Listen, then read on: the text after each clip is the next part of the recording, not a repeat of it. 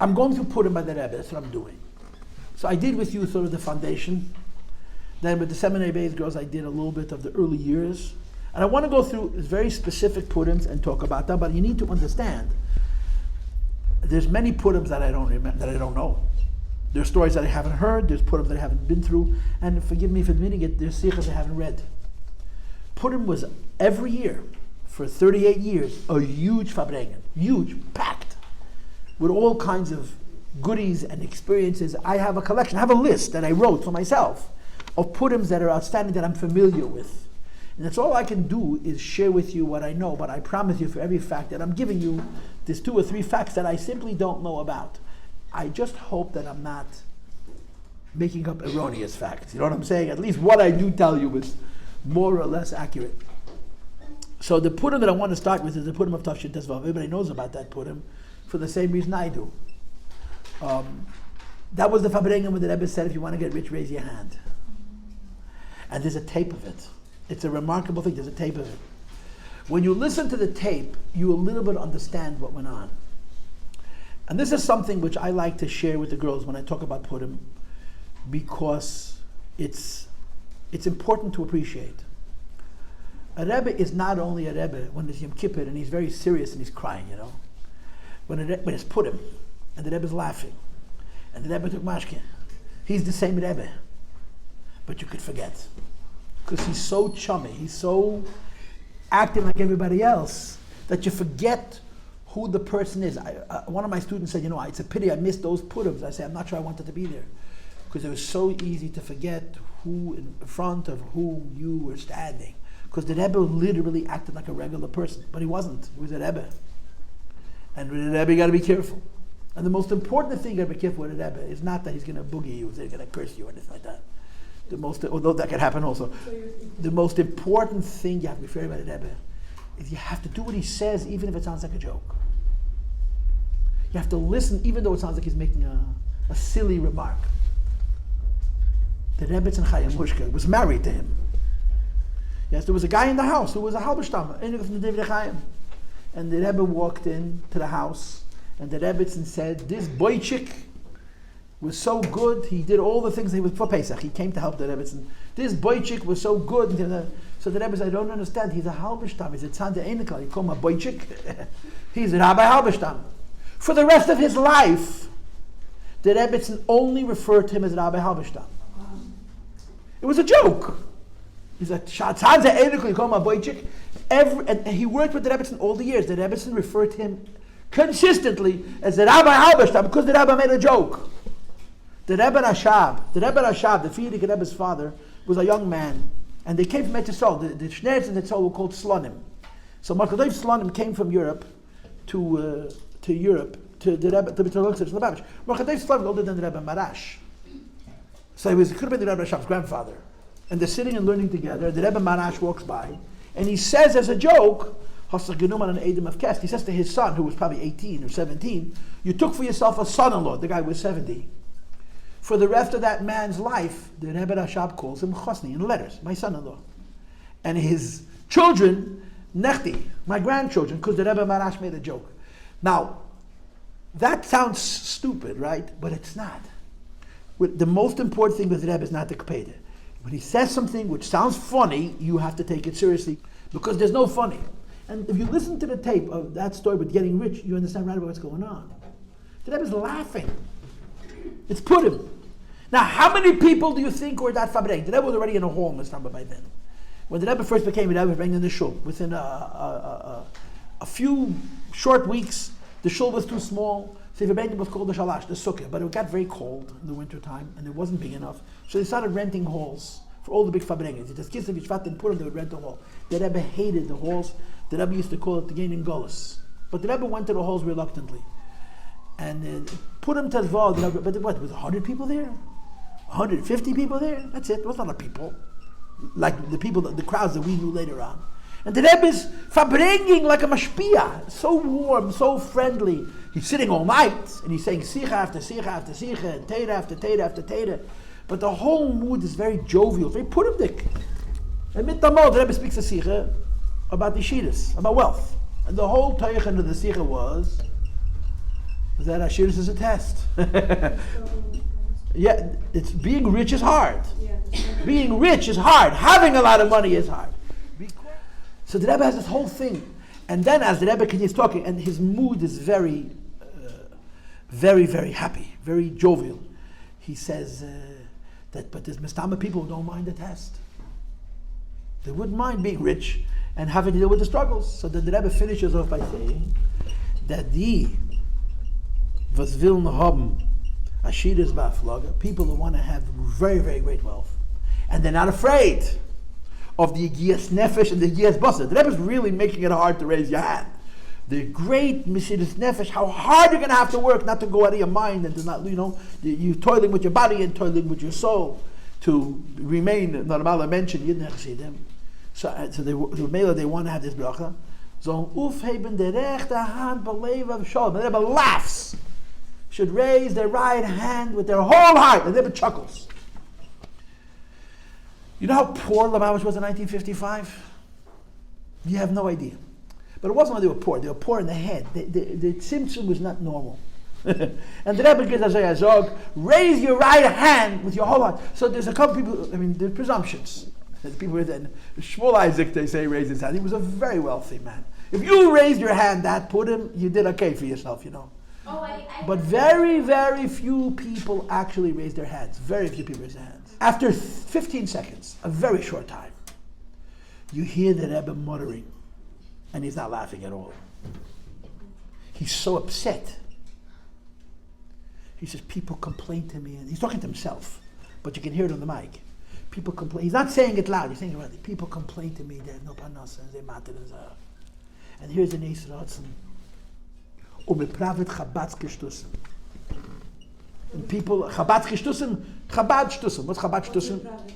They're practicing Chabad Shtusim. Chabad Shtusim means they want to look Chassidish. So it's to look Chassidish. It doesn't. To want money is not Chassidish, The Rebbe is so upset. And then the Rebbe says it loud. Mishreibt, umedetzelt. You write to me and you complain to me that there's not enough money, and now there's an. And they says it loud. Because your wife is not standing next to you and complaining that there's no food to eat. All of a sudden you have a thought strictly from the Nefesh Elokis. Rebbe was so upset. So you hear Shlomo Aaron Kazanovsky screaming, hey, to the head. But it was too late. The ship had sailed. The few people who raised their hand became excessively rich, but Lubavitch could have been a very different world. Today Lubavitch is Nitzlech, but it could have been Shalei Berech. The Rebbe was so disappointed. The Rebbe was so disappointed. The people didn't raise their hands. Well, we just spoke about how hard. Yeah. So that's the word. See, this is why I said to you, you have to remember you're standing in front of a Rebbe. And the most important thing when you stand in front of a Rebbe, more than being afraid of a Kpeda, which is in Chabad, it's a small. The word tzaddikim or makpid. There's stories of the Rebbe of Kpedas. There are stories of the Rebbe of Kpedas that are frightening. But the ikid is you have to remember to listen. I told the girls yesterday the Hurrah story. There's so many different versions of the Hurrah story. One of the versions of the Hurrah story, which I like to believe, there's no tape of Hurrah, is that when the Rebbe said Hurrah 3 times, the whole crowd, which was probably 40 people, repeated after him, Hurrah, Hurrah, Hurrah. They just knew that they got to do it. Nobody told them. You have to sort of guess right, This was such a moment. The Rebbe said, that's an Neis Ratzon. He was disappointed that people didn't chaparayim. I want to talk about Purim. If you want to talk philosophy, I want to limit it. Someone had their hand raised in the back. It's true that Rabbi Chitrik raised their hand. Here, Chitrik, I don't know. I wasn't there. I wasn't born. Yeah. Shmuel Isaac. There were Yid in Lubavitch who were very rich, and we assumed that they raised their hand, but nobody knows. Go ahead. But didn't he also say a catch-22 that if you raise your hand, you're also going to be you're going to have a life of hardship? No. That's not what he said. He said it's hard to be rich. And he's right. It's hard to be rich.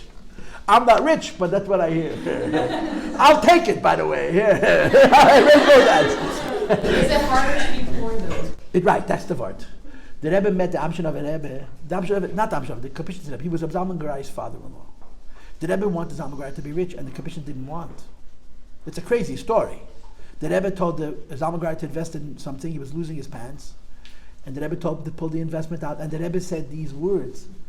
Upon him, Adosses was treft, men verchepet sich mit an Eltern and Rebbe. evidently this is what happens when you start up with a senior Rebbe. The Kapishita was older than the Rebbe. And the Kapishita didn't want. Anyway, in 1959, the Kapishita was sitting Shiva, I think for his Rebbetzin, and the Rebbe was Menachem Avol. And the Rebbe pressed him, argued with him. And the Kapishita Rebbe wouldn't agree. And when the Rebbe was walking out, he said, Kapishita Rebbe, I want you to agree with me that Yidden should be rich b'gash mis. After a whole argument back and forth, and the Kapishita Rebbe said, I agree with my whole heart. It was important to the Rebbe. The Rebbe said to him, if we're going to suffer and struggle, let it be pleasant. One Yid suffers and struggles. It's Essen. At Zweit Yid, some of us have children with our kids are not so frum. But you could struggle and not have bread. It'd be a that's what the Rebbe said. If a Yid has to struggle, let it be a positive struggle. And this is an interesting story. It's an interesting story. But the Rebbe, I think the way the Rebbe works is, every time in his Nesias, that he offered us something, it was always in such a way that he didn't take away the free will. Imagine the Rebbe does this in 1985. There'll be 200 billionaires in Lubavitch, Who cares about Chabad's Kishtusim? Geld, I'll take it, no. But the Rebbe wouldn't have done it in 85. He would have done it in such a convoluted way that he would never take away. I mean, in my days, I remember the Rebbe once said, whatever you pledge today, you're going to get 4 times as much. And people brought in thousands of dollars the next day, and Chadakov said, did you make the pledge by Fabrengen, or did you decide the next day? A guy told me he pledged, I think, $10,000, and he made overnight $50,000. But whatever you pledged, you got 4 times as much. I remember this. These things would happen.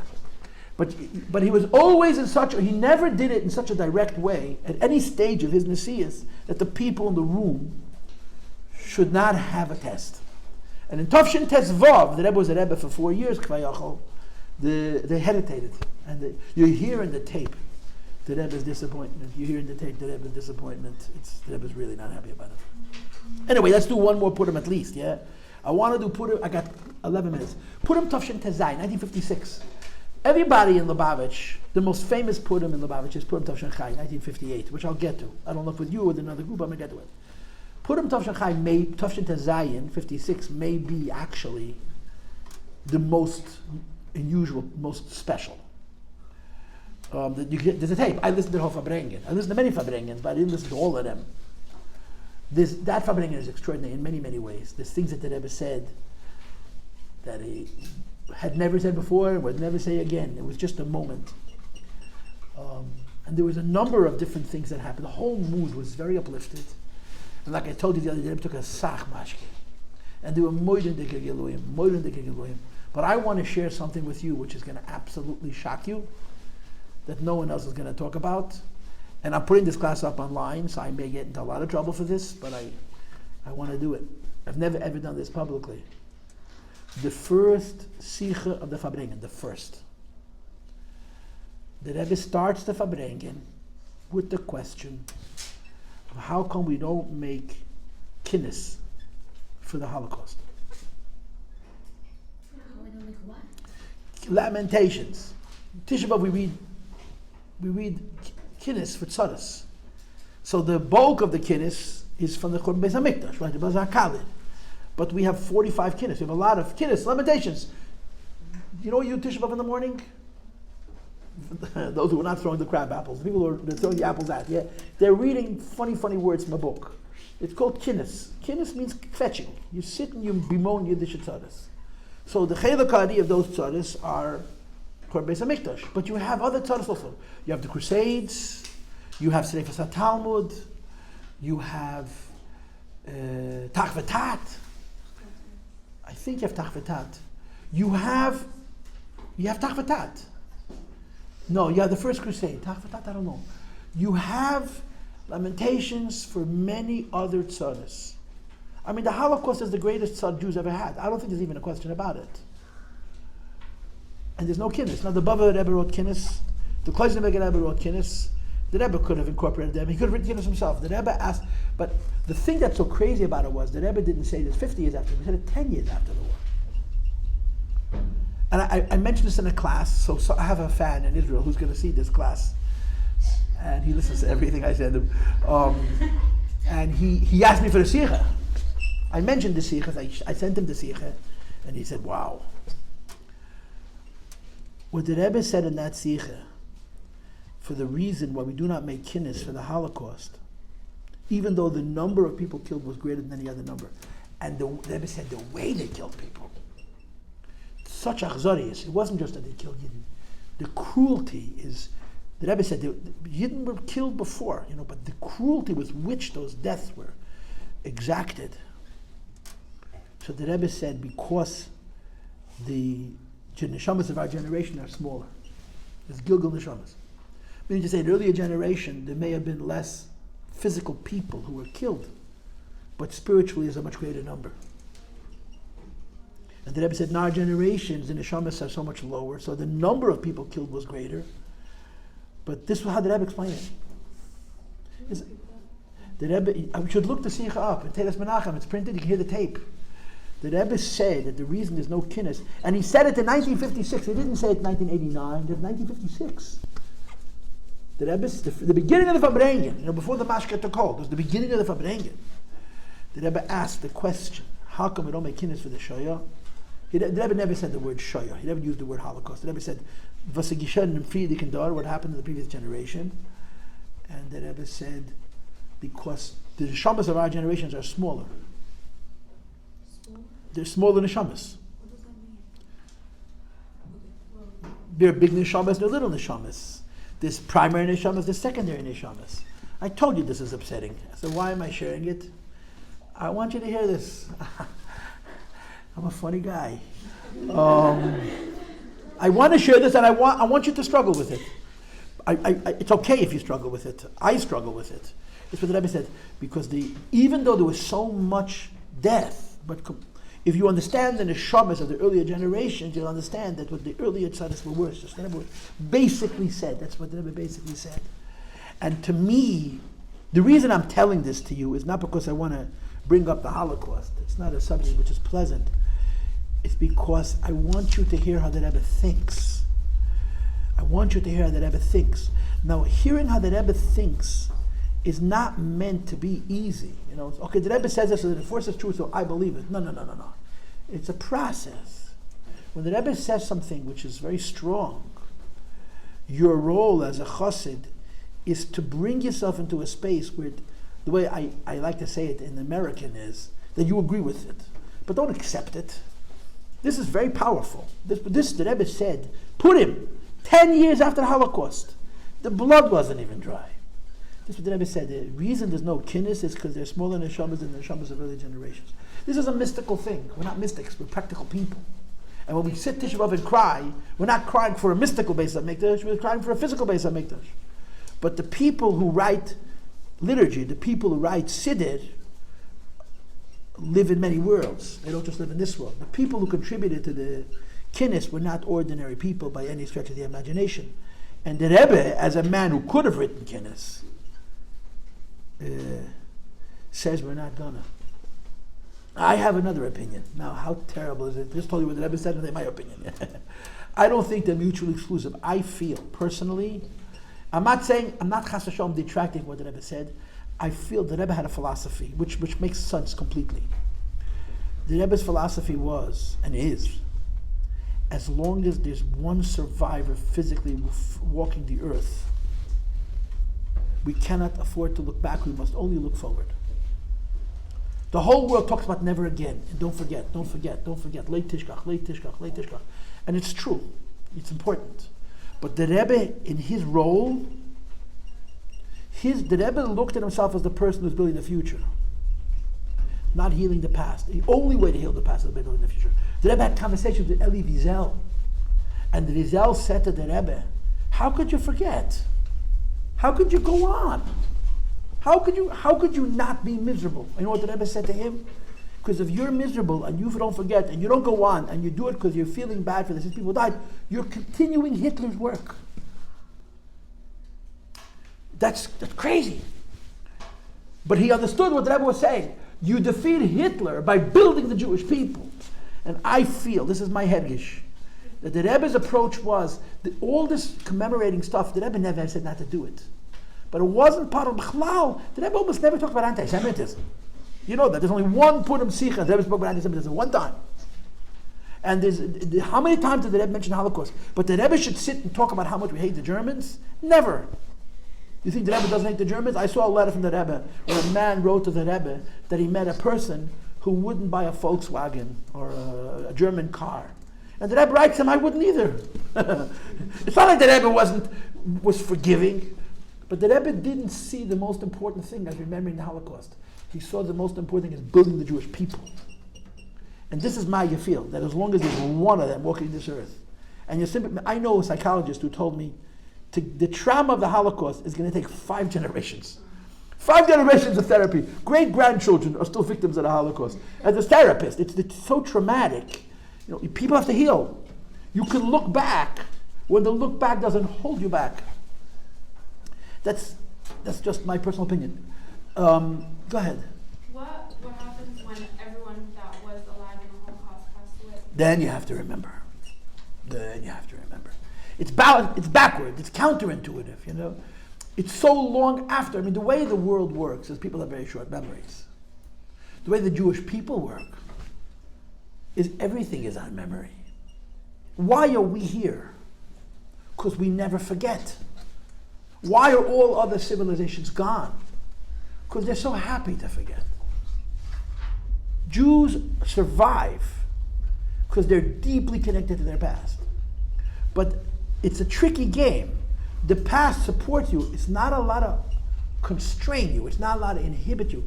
And I think what I just said from that sikha is notwithstanding. It's not a contradiction.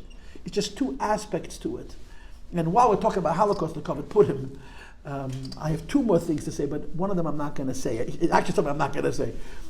About one thing I want to repeat to you, and unfortunately that's all we're going to do is one Purim. I got to let you go. And because of Rebbe and Chana, we talked about Tes Kislev, Tes Vadim. I was a bocher, and I remember approximately my age, but I remember where I was standing. I remember the spot. Everybody who was by the Rebbe has thousands and thousands of memories, but you have your moments, the things that happened. That sometimes they happen to you personally. The Rebbe did something with you. And sometimes they didn't have to do personally, but you'll never forget them. You'll never forget them.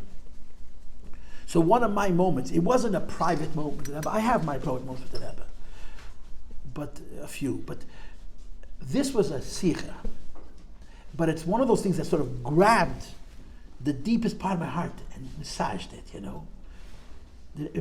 I actually found the sikha. I looked for it and I found it and I folded the page in the Hanachas and I even went back and listened to the tape. Right in the middle of it, the Rebbe used to fabreng, yeah? And the fabreng, the Rebbe talked about many different things, but very often in the middle of fabreng, he would mention things tangentially. There were no mistakes. The Rebbe had a lot of things to say, and his fabrengen was an opportunity to say everything, and he found ways of weaving into the course of the conversation the various things that needed to be said.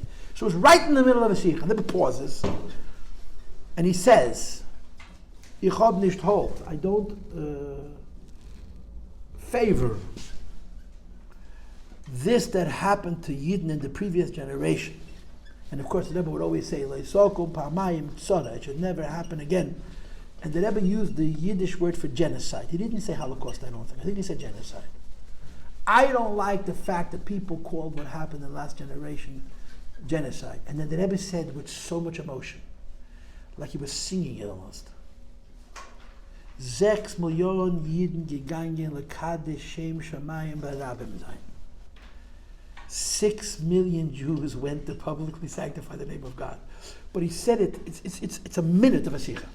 And then change, it goes back to what I was talking about. But in that minute, the Rebbe expressed so much feeling. A Yid is killed because he's a Yid, it's Kiddush Hashem. And the Gemara says about Kiddush Hashem, the Gemara says there were people who were killed on Kiddush Hashem the biggest neshamas are not allowed near them. And the Gemara right away says, you mean Rabbi Akiva and the 10 martyrs who were killed on Kiddush Hashem? The Gemara says, no, I mean a prosteriyat, a simple man who mipnei Siba was murdered on Kiddush Hashem. I mean him. So the Rebbe said every Yid who was killed in the Holocaust was a Kaddish. It doesn't make it any easier. It's again what I'm trying to. Why am I choosing to do this? I didn't have to. I could have skipped the Purim Tov Shachai. I wanted to talk about Purim Tov Shachai. There's a lot. You listen to the Fabreng. There's so many fun parts to the Fabreng, and that for some reason I'm not telling you. But this I want to share with you. Okay, good Shabbos, Kinder Lach.